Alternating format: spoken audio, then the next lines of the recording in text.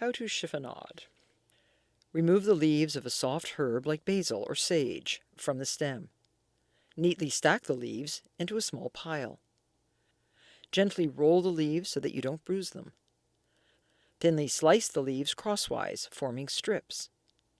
To separate the strips, lift them gently from your cutting board, and they're ready to use.